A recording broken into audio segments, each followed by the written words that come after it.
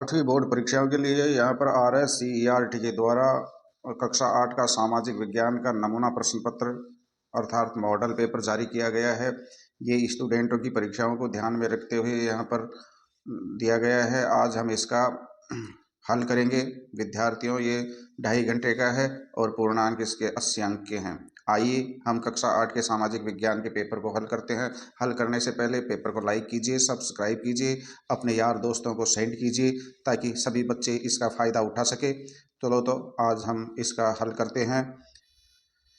प्रश्न नंबर 1 है, हुर्डा सम्मेलन बुलाने का उद्देश्य था राजस्थान में मराठा शक्ति को रोकने के लिए। तो स्टूडेंट्स ऐसा ही है और ये कोष्टक में हम ए लिख देते हैं। प्रश्न नंबर 2 है, प्रथम गवर्नर जनरल थे वारेन हेस्टिंग्स, अर्थात ब विकल्प सही है। कोष्टक में ब लिख देंगे। बिरसा मुंडा का संबंध है झारखंड से। स्टूडेंट, बिरसा मुंडा झारखंड से था। द विकल्प सही है। उत्तर द है। न्यायपालिका का प्रमुख कार्य है विवादों को निपटाना, न्यायिक समीक्षा करना, मौलिक अधिकारों का संरक्षण करना, उपयुक्त सभी। स्टूडेंट्स, इसके तीनों विकल्प सही है। उपयुक्त सभी है। उत्तर द है इसका। प्रश्न नंबर 5, लोकसभा में सत्ताधारी दल का मुखिया होता है राष्ट्रपति, प्रधानमंत्री, राज्यपाल, मुख्यमंत्री। लोकसभा में सत्ताधारी दल का मुखिया होता है प्रधानमंत्री। कोष्टक में ब लिख देंगे। प्रश्न नंबर 6 है, नवीकरणीय संसाधन के उदाहरण है सौर ऊर्जा, पवन ऊर्जा।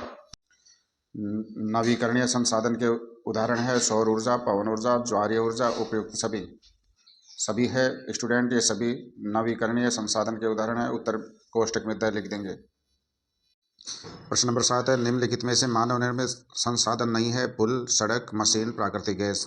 पुल, सड़क, मशीन ये मानव निर्मित है स्टूडेंट्स, लेकिन द प्राकृतिक गैस है, ये मानव निर्मित नहीं है, ये प्राकृतिक है। उत्तर द सही है। प्रश्न नंबर 8, भारत सरकार ने आदिम जनजाति समूह की सूची में राजस्थान की किस जनजाति को शामिल किया गया है? भील, मीणा, गरासिया, सहरिया। यहाँ सहरिया को भारत सरकार ने आदिम जनजाति समूह की सूची में राजस्थान की जाति को शामिल किया गया है। कोष्टक में द सहरिया लिख देंगे। निम्नलिखित को सुमेलित करना है। मस्केट है वो पैदल सैनिकों द्वारा इस्तेमाल किए जाने वाली बंदूक है, तो यहाँ 1 में सी है। दूसरा है मैचलॉक बंदूक जिसमें बारूद से चिंगारी दी जाती है, तो ये डी है इसका विकल्प। तीसरा है मुक्ति, मुस्लिम समुदाय का एक न्यायविद मुक्ति है, तीसरे को ऐसे सुमेलित करेंगे। चौथा है महाभियोग है किसी व्यक्ति के खिलाफ दुराचार का आरोप, तो चौथा बी से सुमेलित करेंगे। इस तरह इनको सुमेलित कर दिया जाएगा। कर देते हैं। प्रश्न नंबर 10, हाँ या ना में उत्तर देना है। लोग ये एक राष्ट्र के सबसे बड़े संसाधन होते हैं। हाँ बिल्कुल सही है, हाँ है। हाँ उत्तर में हाँ लिखेंगे। दूसरा है, लोग सामान्य रूप से चरम जलवायु को पसंद करते हैं। ना कर देंगे। तीसरा है, खनिज निक्षेपों वाले क्षेत्र अधिक घने बसे हुए हैं। हाँ उत्तर में हाँ करेंगे। चौथा है, औद्योगिक क्षेत्र रोजगार के अवसर नहीं प्रदान करते। ना, इसमें ना कर देंगे। प्रश्न नंबर 11 है, न्यूनतम वेतन कानून से क्या अभिप्राय है? न्यूनतम वेतन कानून के अनुसार किसी का भी वेतन एक निर्धारित न्यूनतम राशि से कम नहीं होना चाहिए। प्रश्न 12, महिला सशक्तिकरण की आवश्यकता के कोई 2 कारण लिखिए। पहला है, संपत्ति पर महिलाओं के अधिकारों का बोझ सीमित होना। दूसरा है, शिक्षा पर महिलाओं की पहुंच का अभाव। प्रश्न नंबर 13, सन 1857 में मेरठ छावनी के सिपाहियों को नए कारतूसों पर क्यों ऐतराज था? उत्तर है इसका, सन 1857 के मेरठ छावनी के सिपाहियों को नए कारतूसों पर इसलिए ऐतराज था क्योंकि उन पर गाय एवं सूअर की चर्बी का लेप किया जाता था, जो कि उनकी धार्मिक भावनाओं को ठेस पहुंचाने वाला था। प्रश्न 14, भीलवाड़ा को राजस्थान का मैनचेस्टर कहा जाता है, क्यों? उत्तर है इसका, वर्तमान में भीलवाड़ा राजस्थान का प्रमुख वस्त्र उत्पादक क्षेत्र है, इसलिए इसे राजस्थान का मैनचेस्टर कहा जाता है।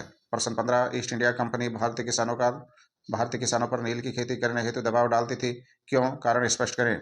उत्तर है, 18वीं शताब्दी के अंत तक भारतीय नील की मांग में अभूतपूर्व वृद्धि हुई। कंपनी के वाणिज्यिक एजेंटों और अधिकारियों ने नील उत्पादन में निवेश कर दिया था, लेकिन नील की खेती भारतीय किसानों के लिए लाभप्रद नहीं थी, इसलिए 1859 में बंगाल के हजारों रईतों ने नील की खेती से इनकार कर दिया। परिणामतः ईस्ट इंडिया कंपनी भारतीय किसानों को नील की खेती करने के लिए दबाव डालती थी।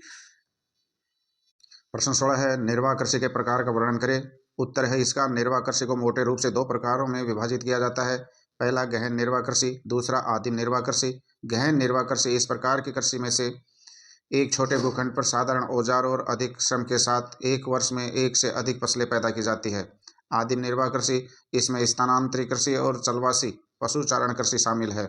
प्रश्न 17, उद्योग शब्द का अर्थ स्पष्ट करते हुए कच्चा माल आधारित उद्योगों का वर्गीकरण करें। उत्तर है उद्योग। उद्योग शब्द का तात्पर्य उन समस्त आर्थिक गतिविधियों से है जो कि पशुओं के उत्पादन, खनिजों के निष्कर्षण एवं सेवाओं की व्यवस्था से संबंधित है। कच्चा माल आधारित उद्योग, कच्चे माल के उपयोग के आधार पर उद्योगों को निम्न 4 भागों में वर्गीकृत किया गया है।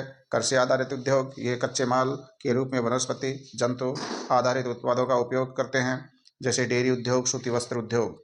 दूसरा है खनिज आधारित उद्योग, ये उद्योग खनिज अयस्कों का उपयोग कच्चे माल के रूप में करते हैं, जैसे लौह इस्पात उद्योग।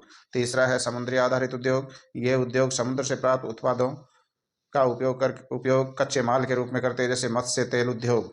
चौथा है वन आधारित उद्योग, ये उद्योग वनों से प्राप्त उत्पादों का उपयोग कच्चे माल के रूप में करते हैं, जैसे लुगदी एवं कागज उद्योग। प्रश्न 18 है, कल्पना कीजिए कि आप 1850 के दशक में एक गरीब परिवार में पैदा हुए। उस समय सरकार द्वारा संचालित पाठशालाओं पर कोई 2 राय दे। उत्तर, पहला, उस समय सरकार द्वारा संचालित पाठशालाओं को सरकारी अनुदान मिलने लगा था। दूसरा, इन पाठशालाओं में अनुशासन की मांग थी कि बच्चे नियमित रूप से स्कूल आए, लेकिन गरीब घरों के बच्चे कटाई के मौसम में खेतों में काम करने जाने के कारण स्कूल नहीं आ पाते थे। इसे अनुशासनहीन माना जाता था, क्योंकि इससे उनकी पढ़ाई पर असर पड़ता था। दूसरा प्रश्न, प्राथमिक शालाओं में प्रवेश लेने के बाद आगामी कक्षाओं के अध्ययन में आधे बच्चे विद्यालय छोड़ देते थे, क्या, क्यों? 2 कारण लिखिए। उत्तर, पहला, गरीब परिवारों के बच्चे आर्थिक अक्षमता के कारण पढ़ाई जारी नहीं कर पाते थे। दूसरा, सुदूर ग्रामीण क्षेत्रों में स्कूल का अभाव होने से इन क्षेत्रों के बच्चे आगे पढ़ाई जारी नहीं रख पाते हैं। प्रश्न 19, निम्नलिखित तालिका पूर्ण कीजिए। क्रम संख्या 1, कौन से राजनीतिक दल अभी सत्ता में है? भारतीय जनता पार्टी, एनडीए, केंद्र में सरकार एनडीए की। दूसरा, आपके क्षेत्र में निर्वाचित प्रतिनिधि श्री राज्यवर्धन सिंह राठौड़, श्री रामचंद्र बोहरा, केंद्र सरकार। प्रतिनिधि का नाम लिखे। राज्यवर्धन सिंह राठौड़ विधायक झोटवाड़ा, श्री रामचंद्र बोहरा सांसद जयपुर। तीसरा, अभी कौन सा राजनीतिक दल विपक्ष में है? कांग्रेस तथा अनेक क्षेत्रीय दल। चौथा, अगले चुनाव कब होंगे? 2028 में, केंद्र सरकार 2024 में। प्रश्न 20, ऐसे 2 मौलिक अधिकार बताइए जिनका कोई व्यक्ति अपनी प्रतिष्ठा और समतापरक व्यवहार पर जोर देने के लिए प्रयोग करे। समानता का अधिकार, शोषण के विरुद्ध अधिकार। ऐसे किन्हीं 2 क्षेत्रों का वर्णन कीजिए जिनसे हाशियाई समुदाय की पहचान प्रदर्शित हो। उत्तर 1, बहुसंख्यक समुदाय के मुकाबले कुछ समुदाय अलग भाषा बोलते हैं तथा अलग रीति रिवाज अपनाते हैं, अतः समाज का वो हिस्सा हाशियाई समुदाय के अंतर्गत आता है। दूसरा, कुछ लोग गरीबी के कारण सामाजिक हैसियत में कमतर माने जाने की वजह से शेष लोगों के मुकाबले स्वयं को कमतर मनुष्य के रूप में देखे जाने की वजह से स्वयं को हाशिया पर महसूस करते हैं। प्रश्न नंबर 21, राजस्थान के मानचित्र में दर्शाइए। बाड़मेर, भरतपुर, पाली, बांसवाड़ा, ये इस तरीके से है स्टूडेंट्स नक्शा। इसको गौर से देखिए और इनको दर्शाइए। प्रश्न नंबर 22, नीचे दिए गए प्रश्नों में से 2 प्रश्नों के उत्तर दीजिए। 1857 की क्रांति की सफलता एवं असफलता पर अपने विचार लिखो। उत्तर, 1857 की क्रांति की असफलता। 1857 की क्रांति अंग्रेजों की दमनात्मक नीति, क्रांति का समय से पूर्व शुरू हो जाना, राजाओं का असहयोग करना, संसाधनों की कमी तथा केंद्रीय नेतृत्व के अभाव के कारण अंग्रेजी सत्ता को भारत से निकालने के अपने उद्देश्य में सफल नहीं हुई। 1857 की क्रांति की सफलता। 1857 की क्रांति की सफलता। क्रांति के फलस्वरूप अंग्रेजी शासन अपनी कुछ नीतियों में परिवर्तन करने हेतु बाध्य हुआ, जैसे दत्तक पुत्रों को उत्तराधिकारी के रूप में स्वीकृति देना, सेना में भारतीय सिपाहियों का अनुपात बढ़ाना आदि। दूसरा, भारत की आज़ादी में राष्ट्रपिता महात्मा गांधी के योगदान पर विस्तार से लिखे। भारत की आज़ादी में राष्ट्रपिता महात्मा गांधी के योगदान को निम्न प्रकार से स्पष्ट किया जाता है। पहला, 1919 में गांधी जी ने रॉलेट कानून के विरुद्ध सत्याग्रह का आंदोलन कर अभिव्यक्ति की स्वतंत्रता के महत्व को जनता के समक्ष प्रतिपादित किया। दूसरा, 1920 में गांधी जी ने मुसलमानों के खिलाफ आंदोलन कर समर्थन करते हुए असहयोग आंदोलन चलाया। इससे आंदोलन व्यापक हुआ तथा आंदोलन में एकता आई और बहिष्कार एवं स्वदेशी की नींव पड़ी। तीसरा, 1930 में उन्होंने पूर्ण स्वराज्य के लिए सविनय अवज्ञा आंदोलन किया तथा नमक कानून तोड़ा। इस आंदोलन से स्वतंत्रता संग्राम में किसान, आदिवासी तथा महिलाएं शामिल हुई। चौथा, 1942 में भारत छोड़ो आंदोलन चलाया, जिसमें करो या मरो का नारा दिया गया। इससे यह आंदोलन जन आंदोलन में परिणत हो गया। अंततः इस आंदोलन ने ब्रिटिश राज को घुटने टेकने पर मजबूर कर दिया। प्रश्न 3 है, रॉलेट सत्याग्रह पर विस्तार से लिखे।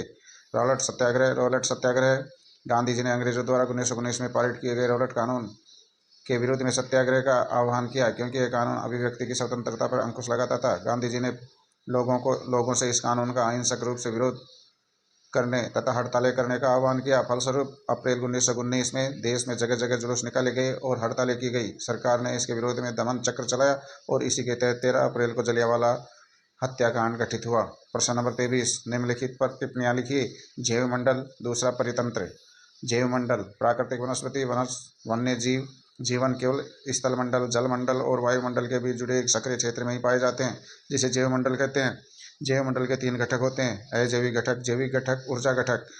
परितंत्र, जैवमंडल में सभी जीवित जातियां जीवित रहने के लिए परस्पर संबंधित और निर्भर रहती है।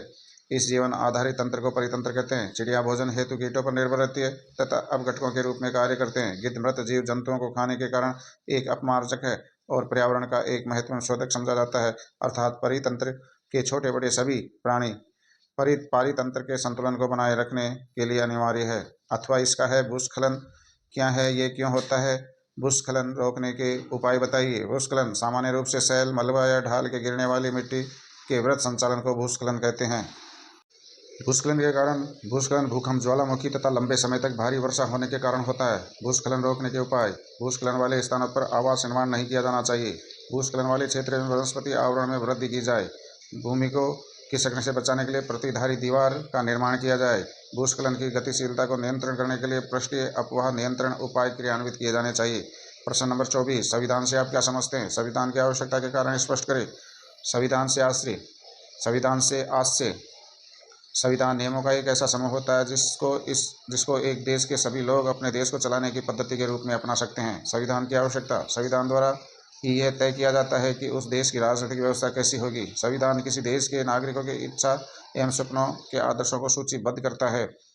लोकतांत्रिक समाजों में संविधान ही ऐसे नियम तय करता है जिनके द्वारा राजनेताओं के हाथों सत्ता के दुरुपयोग को रोका जा सकता है।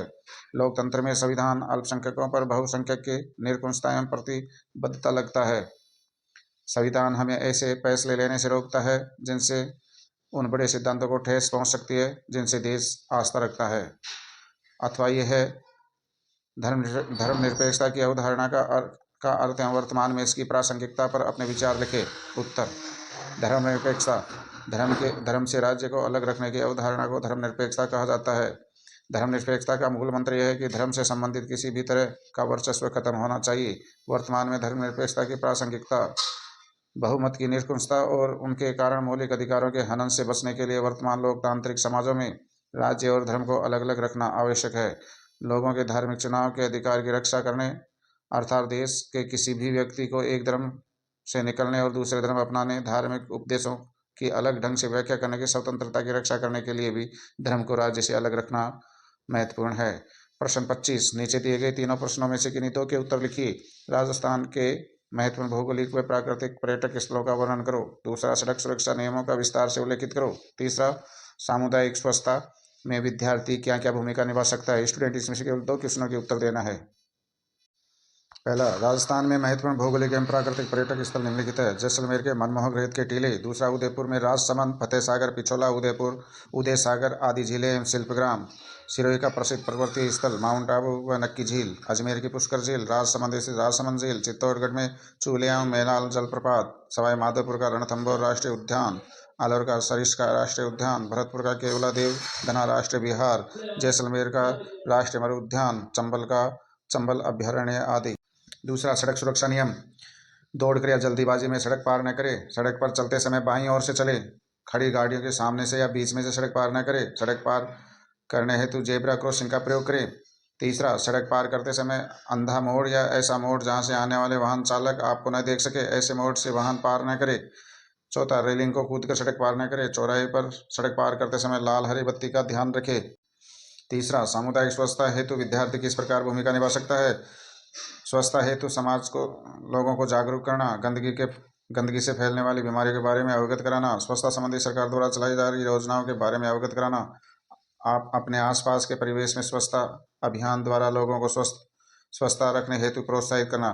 स्टूडेंट, इस प्रकार ये प्रश्न पत्र कंप्लीट हुआ, पूर्ण हुआ। कैसा लगा वीडियो? और भी अच्छे अच्छे वीडियो देखने के लिए लाइक कीजिए, सब्सक्राइब कीजिए, अपने दोस्तों को ज़्यादा से ज़्यादा शेयर कीजिए ताकि आपके दोस्त भी इसको देख सके। थैंक यू, धन्यवाद।